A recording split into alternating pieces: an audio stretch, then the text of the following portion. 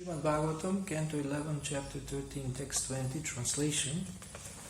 Thus, seeing me, the sages, placing Brahma in the lead, came forward and worshipped my lotus feet. Then they frankly asked me, "Who are you?" Purport. Srila Bhaktisiddhanta Saraswati Thakur comments, when Brahma was unable to answer the question placed by the sages, he fixed his mind in thought of the Supreme Lord. The Lord then assumed the form of Hamsa and appeared before Lord Brahma and the sages, who proceeded to inquire about the specific identity of the Lord. Because this purport is short, I will read the next two verses also. Text 21. Ityaha muni biprishtas Tattva jigyasu bistada yadavocha maham tebyas tadudavani bodhame. My dear Uddhava, the sages, being eager to understand the ultimate truth of the yoga system, thus inquired from me. Now please hear as I explain that which I spoke unto the sages. Text 22. Vastuno yadyanannatva Atmana prashna idrishaha katam gate tavo vipra vakturvameka ashrayaha. Translation. My dear Brahmanas, if, when asking me who I am, you believe that I am also a jiva soul, and then there is no ultimate difference between us, since all souls are ultimately one without individuality, then how is your question possible or appropriate? Ultimately, what is the real situation or resting place both of yourselves and of me? Oh, I didn't read it properly. Ultimately, what is the real situation or resting place both of yourself and of me? Purport. Ashraya means the resting place or shelter. Lord Krishna's question, what is our actual resting place or shelter, means what is our ultimate nature or constitutional position. This is because no one can come to rest or be satisfied unless one is in one's natural position. The example is given that one may travel all over the world, but ultimately one becomes satisfied by returning to one's own home. Similarly, a crying child is satisfied when embraced by its own mother. By inquiring about the shelter or resting place of himself and the Brahmanas, the Lord is indicating the eternal constitutional position of every living entity. If Lord Krishna were also in the Jiva category, and if all living entities, including him, were thus equal, there would be no deep purpose in one living entity inquiring and another answering. Only one who is in a superior position can meaningfully answer important questions. It may be argued that the bona fide spiritual master answers all the questions of the disciple, and yet the guru is in the jiva category. The answer is that the bona fide spiritual master speaks not on his own behalf, but as a representative of the Supreme Personality of Godhead, who is in the Vishnu category. A so-called guru speaking on his own behalf as a jiva soul is useless and is unable to meaningfully answer serious questions. Thus, the sage's question, Ko Bhavan, who are you, indicates that the Supreme Personality of Godhead is eternally an individual person. And because the sages headed by Lord Brahma offered obeisances and worshipped the Lord, it is understood that he is the Supreme Personality of Godhead. Lord Brahma, as the first created being in this universe, could not accept any other living entity except the Lord as worshipable. Lord Krishna's actual purpose is to explain the ultimate perfection of yoga, which the sages were desiring to know. If one becomes fixed in transcendental knowledge, the mutual attraction between the material mind and the material sense objects automatically ceases. The spiritual mind is not attracted to material objects of gratification, and thus, by spiritualizing the mind, material existence automatically slackens. By questioning the propriety of the sage's question, the Lord is assuming the position of the spiritual master and preparing to give valuable instructions. One should never be envious of a bona fide spiritual master, especially if, as in the case of Lord Hamsa speaking to the sages headed by Brahma and Sanaka Kumara, the Guru is the Supreme Personality of Godhead Himself.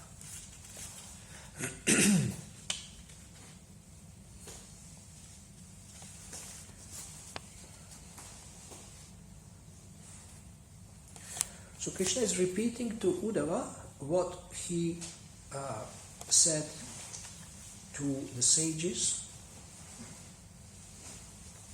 who inquired him about the truth of the yoga system.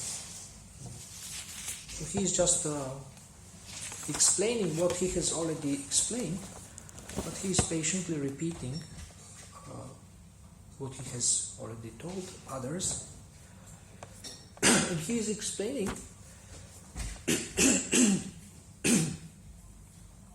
that there is a difference between the jiva, soul, and the Supreme Soul.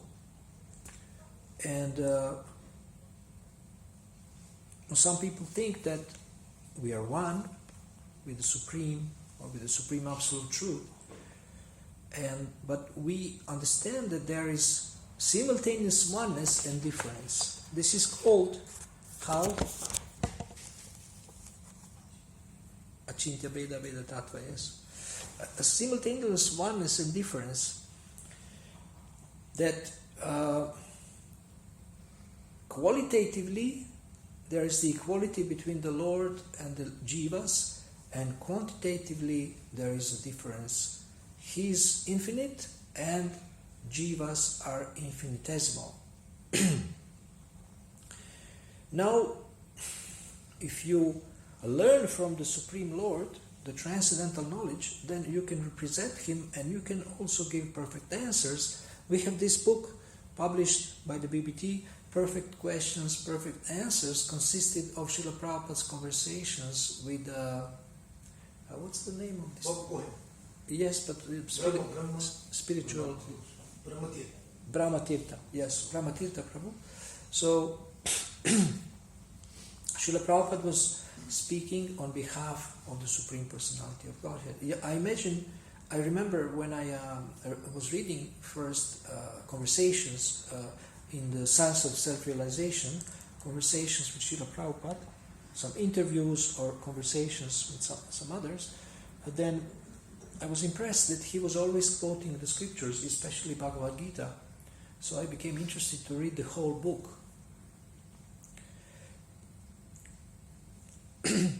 in the purport of 17:15 in the Bhagavad Gita, Srila Prabhupada says that when one speaks, he should speak based on the scriptures and he should immediately quote to support what he is saying. So Krishna himself, for example, when he appeared as Lord Chaitanya, he quoted so many verses, and one verse that he quoted is from the 11th canto, which was spoken by the Avanti Brahmana.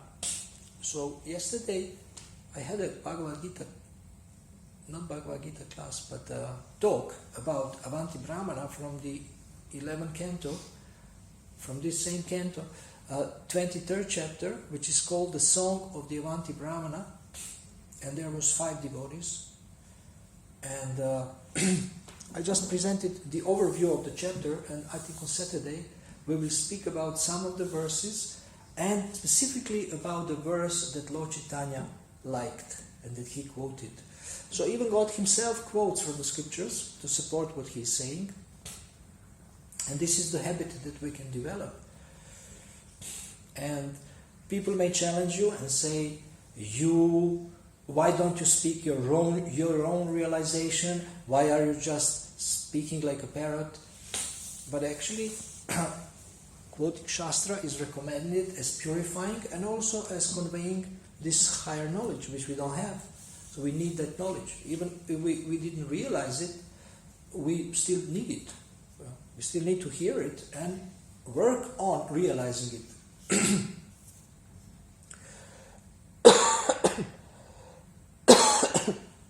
Now, to be a bona fide spiritual master is not easy.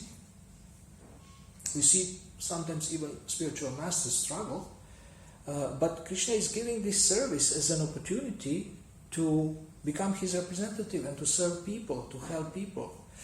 And it's a very demanding service. You have to be really up to the standard. You have to be an excellent example. And this doesn't count only for Diksha Gurus. It counts for every preacher. Every preacher is expected to be a very good example, to be careful what he is saying and how he is saying it, and also to live what he preaches. So if you want to be integrated, or if you want to have integrity, then what you think, what you say, and what you do should be the same. Otherwise, you will be like a split personality. If there is these three things are different. And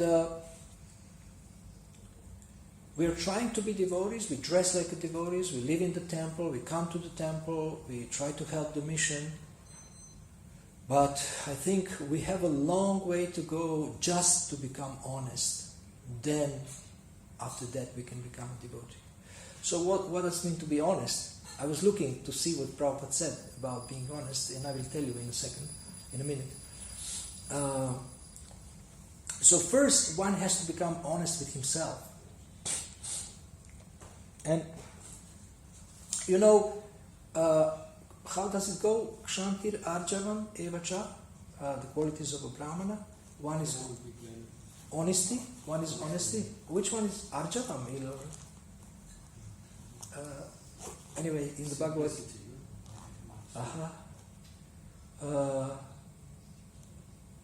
1842.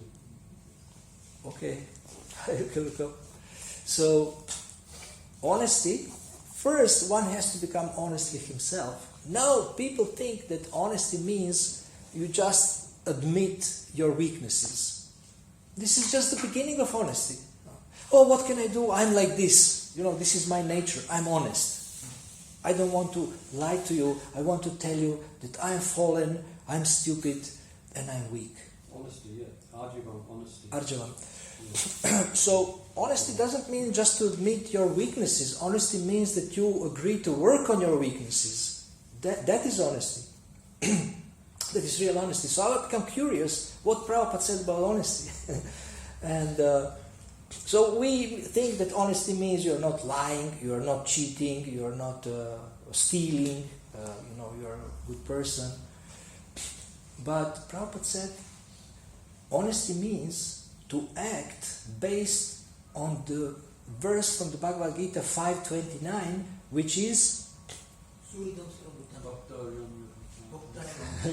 yes, Bhoktaram Yagatapasam Sarvaloka Maheshwaram Suhritam Sarva Bhutanam Gyatva Mam Shantim Richati.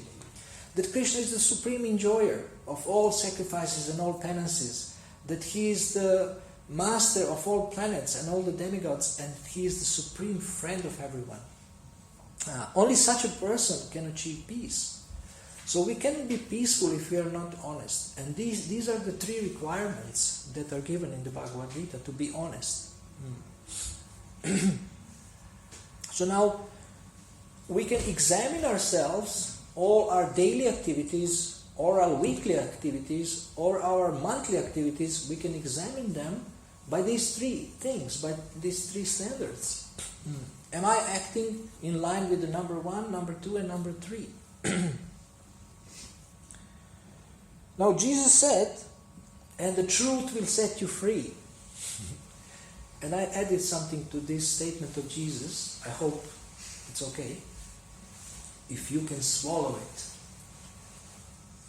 And the truth will set you free if you can swallow it. Because people cannot swallow the truth. And what truth is very important for us. We want to understand what is the absolute truth. We want to understand what is the reality around us. We see the truth about other people, how they have so many flaws. But the most important truth that we have to understand and realize is the truth about what we need to change ourselves.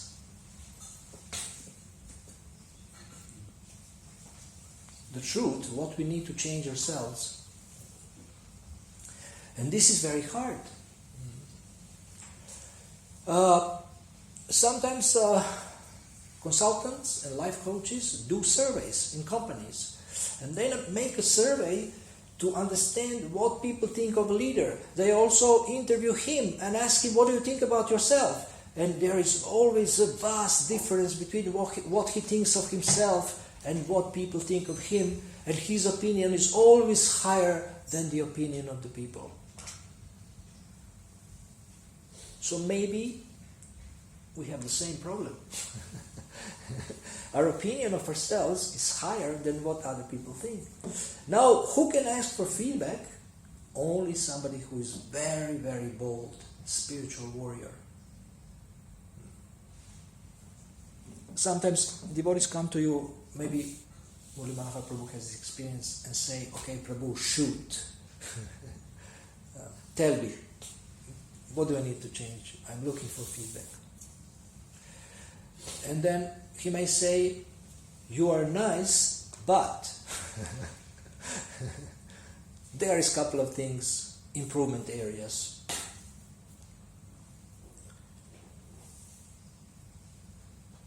So it's it requires great courage to ask for feedback. It requires great courage to ask for feedback. But if you want to improve, if you want to please the Lord, then we want to ask for feedback. And sometimes Krishna is there talking through others. Even sometimes people are envious. People are envious, and if there is no non-envious people around, then Krishna will speak through envious people. But he has to speak through someone because we don't hear him. We cannot hear Krishna. So he speaks through somebody's mouth. Hare Krishna. So you may say that, why should I listen to an envious person? It will not benefit me. But where there is a smoke, do you say where it is smoke, or where there is a fire there is smoke? Or where there is smoke there is a fire? Where there is just smoke, there should be fire. Yeah, okay. There's no smoke without fire. Okay.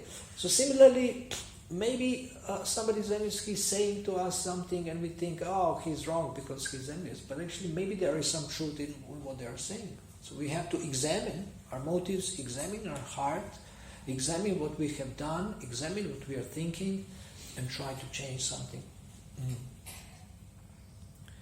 And Krishna is describing in the Bhagavad Gita that who is dear to him. In the 12th chapter, he is describing verses 13 to 20. He is also describing in the 18th chapter, verses 68 and 69, who is dear to him. In the verse 7, 5th chapter, he describes that one who is in Krishna consciousness is dear to everyone, and everyone is dear to him.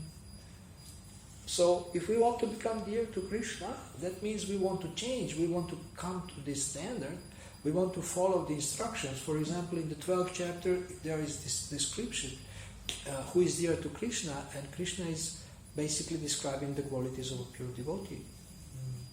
Non-envious, freed from false ego, never disturbed,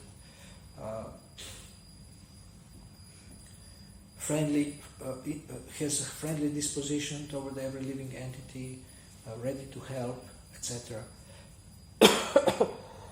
So, there is also one verse in the Bhagavatam which says that One who is not compassionate to others cannot enter the self-effulgent Vaikuntha plants. So maybe you want to go back to God, but if you are not compassionate to others, then you will not be able to succeed. So what does it mean to be compassionate to others? And even Srila Prabhupada explains that what does it mean to be non-violent or non-envious? It means to actively help people, not only to not do harm, but to actively help people, to preach, to give them Krishna consciousness in one form or the other.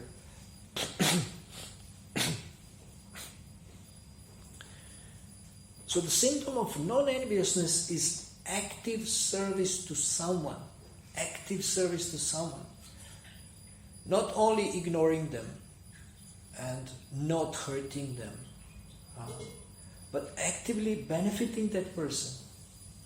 So now we have had material bodies for many lifetimes. That means we were selfish, we wanted to satisfy our own senses and the mind. It's mentioned here in the purport.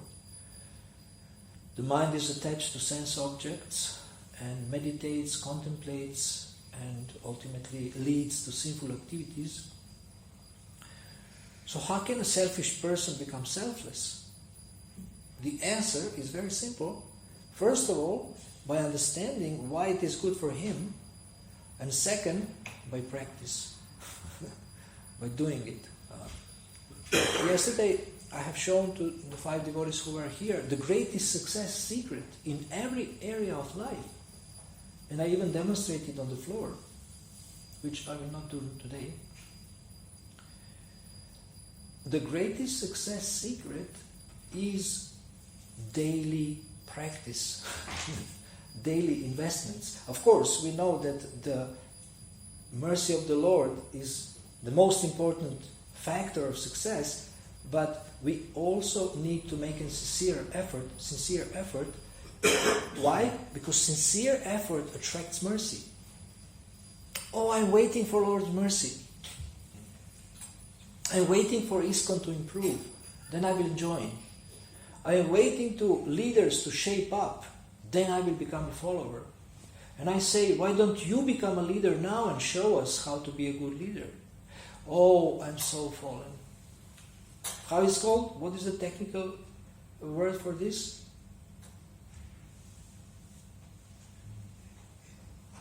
Excuse me. Excuses.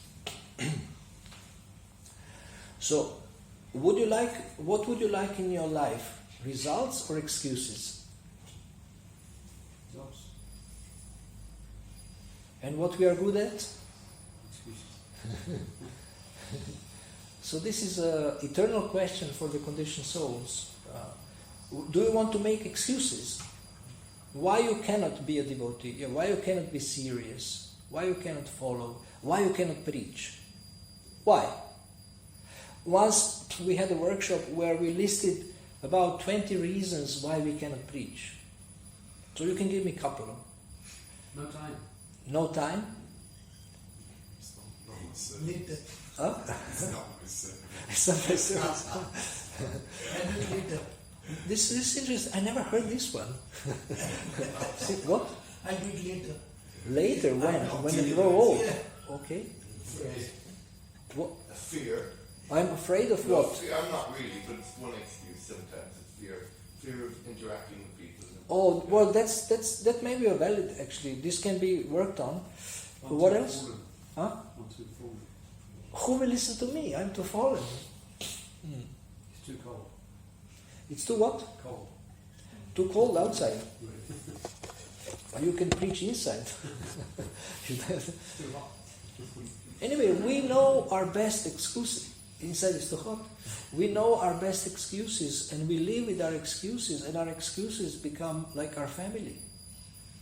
Very much we are absorbed in our excuses. Why we cannot do something. Once one devotee came and told me many excuses, and I said, why don't you tell me why you can do this, not why you cannot do this? And he was shocked. He said, actually, there is many reasons why I can do this and why I should do this, but I'm not thinking like this. So, everything starts with our thinking, how we think.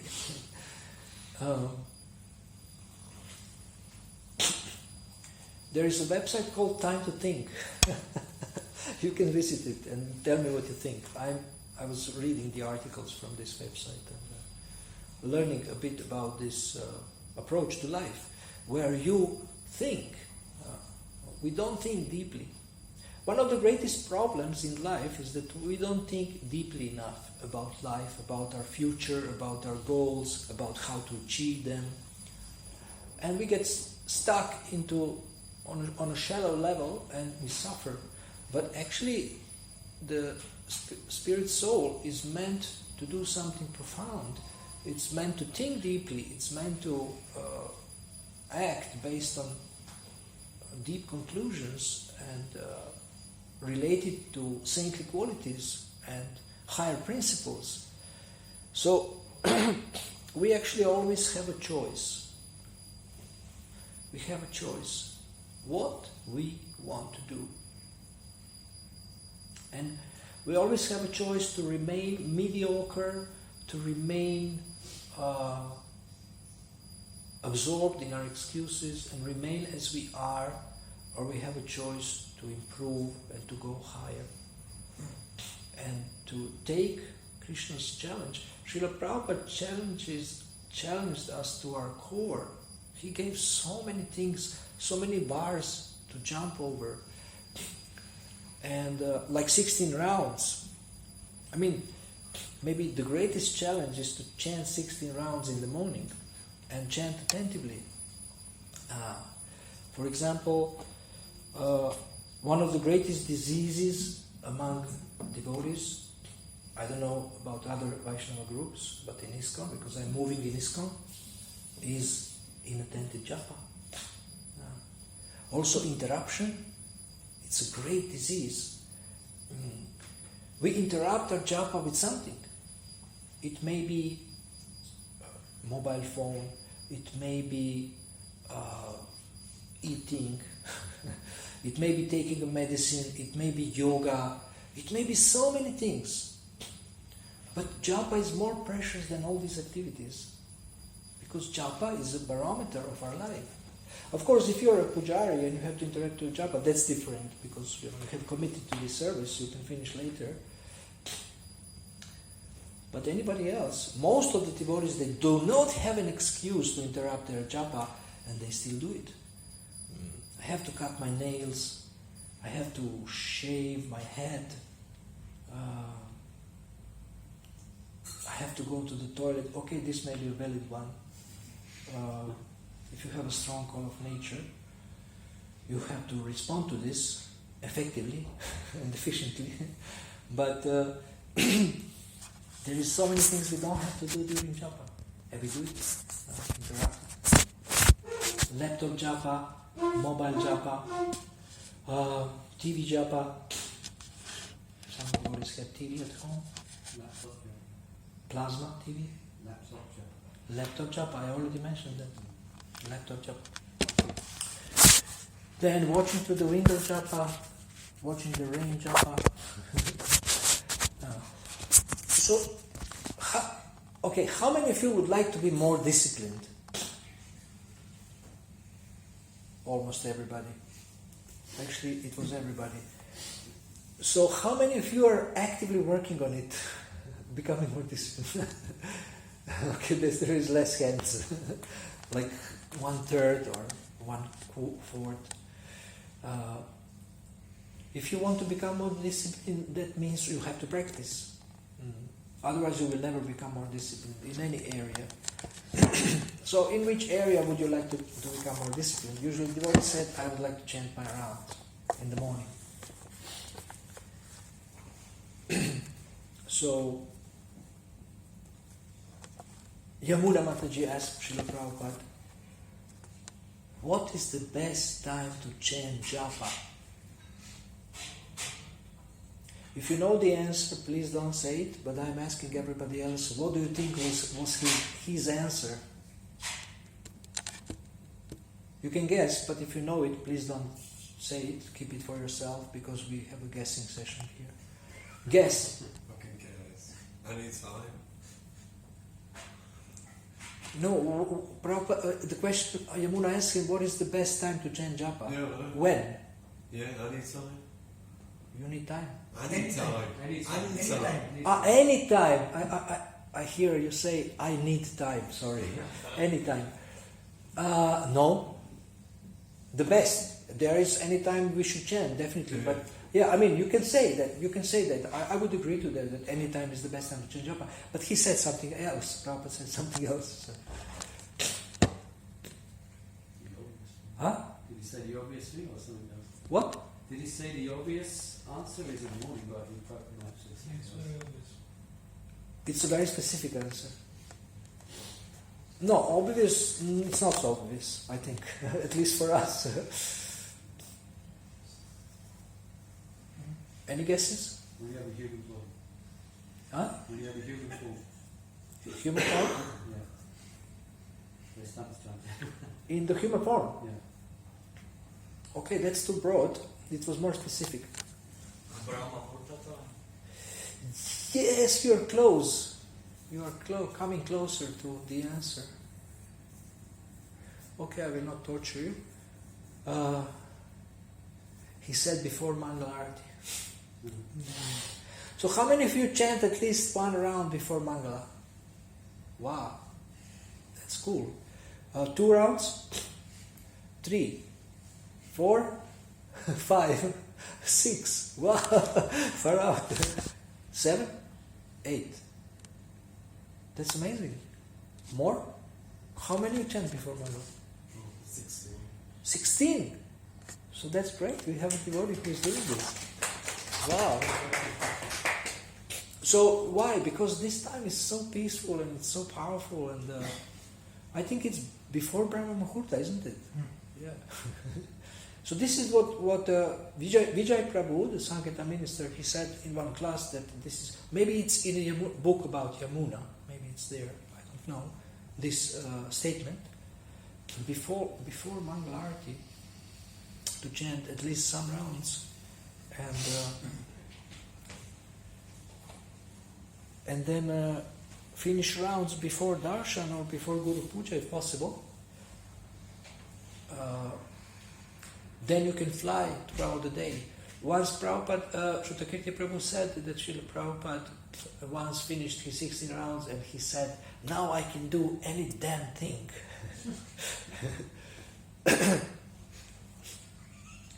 So your whole day will be different if you do this one discipline. Then you will be able to discipline yourself with all other things like less sweets and less maha and what else we want to do? Smiling to devotees.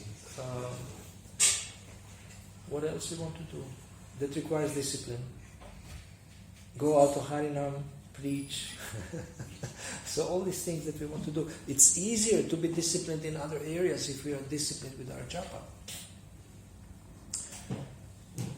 So in light of the Bhagavat purport, Srila Prabhupada said, we should undergo all kinds of austerities and penances to achieve the eternal happiness. It's worth it to achieve the eternal happiness. We now have some temporary happiness. So when the day starts, you tell me when your day starts. What time? Oh yeah, this is great. The night before, not when you wake up at 3 o'clock or at 2 o'clock or at 4 o'clock. The day starts when you go to sleep early. Who goes to sleep at 8 o'clock? Wow, it's amazing. So you should coach me.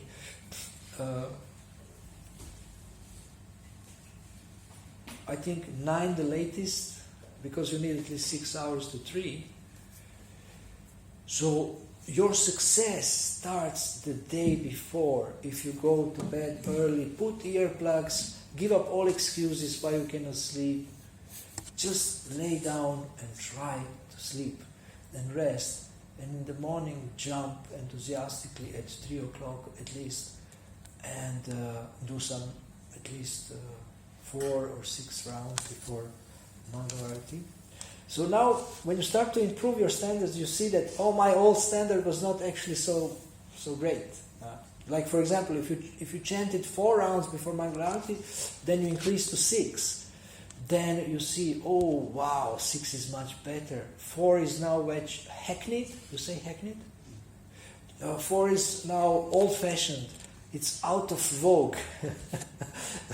And 6 is something new and fresh. But if you meet somebody who is chanting 16, that's, I have to get up at 1, I think. So you develop a taste for improving this mode of goodness and this early austerity. And it doesn't, and at one point it is not austerity anymore, it becomes a pleasure, and you become a little bit addicted, and you don't want to live without it, because it's so good. It's a good feeling. So, there is so many things we can do with the help of Shastra, but when we read scriptures, we actually fall asleep. It's boring. We say it's boring. We think it's boring. But if you look for instructions how to improve your spiritual life, yourself, your relationships, your behavior towards devotees, towards people in general, your sadhana, your reading, you will find so much inspiration. What is the key to laziness? To overcoming laziness. Not to laziness. What is the key to overcoming laziness? How many of you work at all on overcoming laziness? Or how many of you are lazy at all? Nobody's lazy, my God. That's great. Or you're shy to raise your hand. We're too lazy to put a hand up. Too lazy to put a hand up. So you think everybody's lazy? Too much hard work.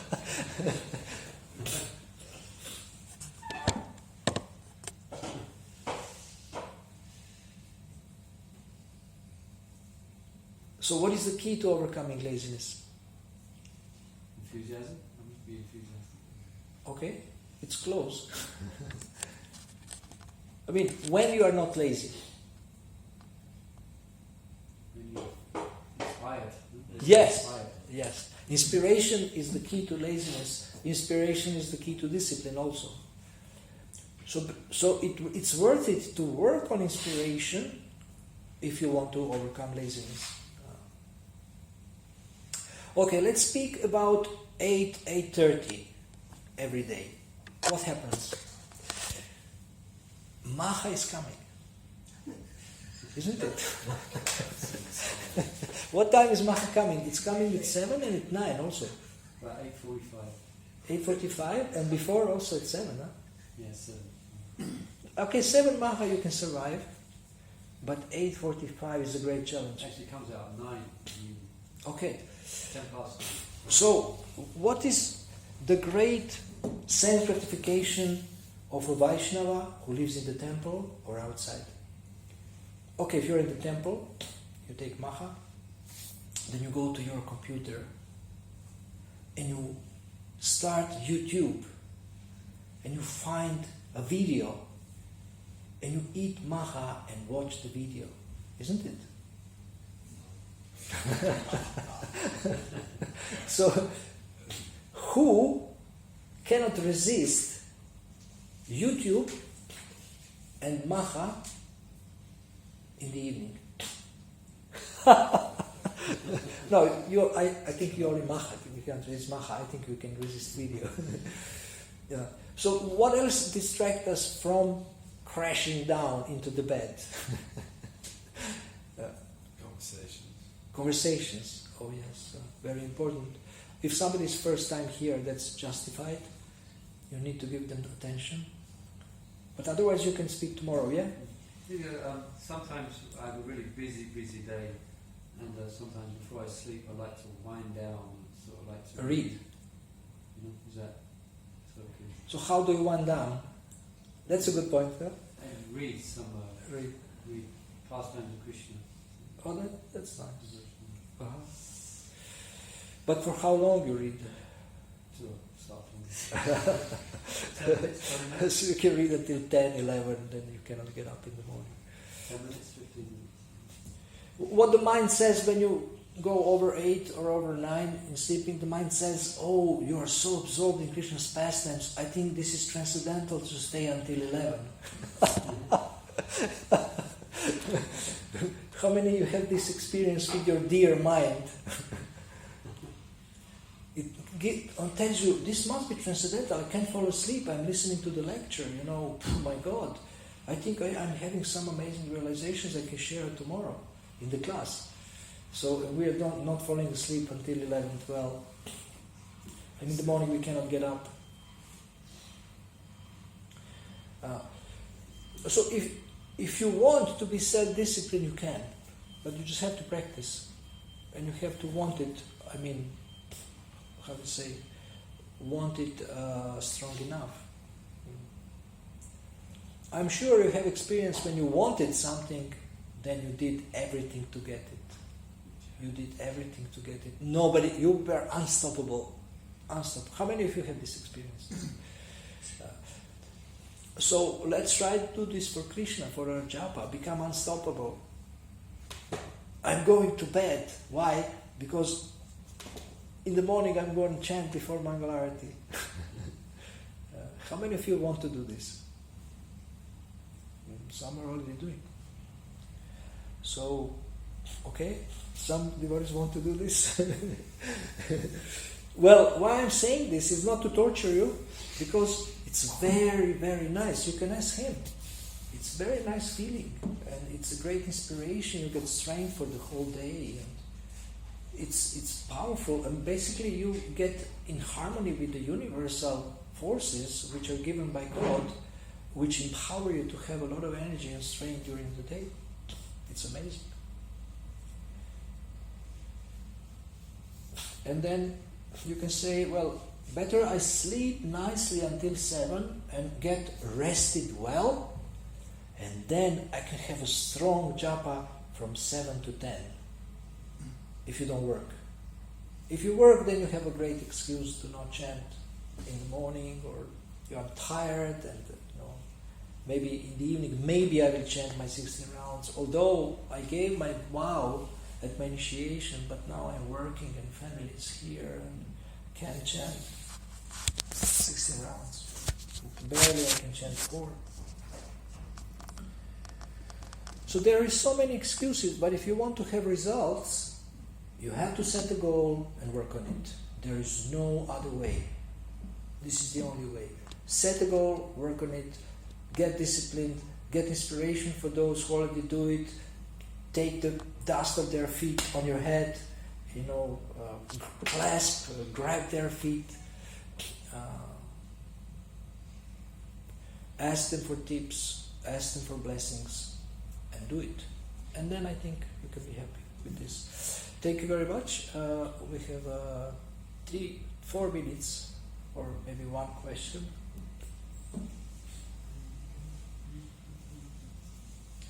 This will be a question with a microphone.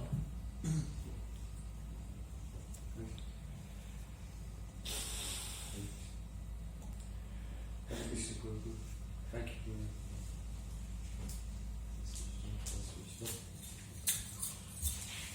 Hare Krishna. I think the battery's gone. Back. Anyway, Hare Krishna. Hare Krishna. You made me louder. Huh? Hare Krishna. What can we do to break out of our habits? I think we've mentioned it, because I think we're conditioned to our conditioning. It's hard for us to imagine a state beyond their present reality. So what does it take to shake us out of our comfort zone, so to speak? Understanding why it's good for us, because the greatest motivator is self-interest. Understanding why it's good. It will heal me. And then start, okay, this is what I did yesterday.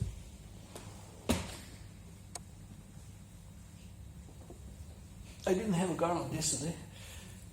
Didn't take it off. So the secret of success is daily practice. So why I'm doing this? Because if I say it, you may forget it. But if you see me doing this, I think you will not forget this. Daily practice.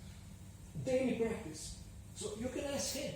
You know, he has a taste for this. How you can get up so early to finish 16 rounds before Mangalarti?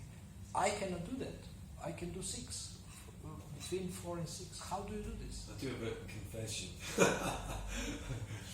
About a year or two ago, about 2 years ago, someone said on the Vyasa-san, right? I don't know if I should say this in public, I don't know. Anyway, something happened in Vrindavan and I was totally embarrassed, right? Something really strange happened.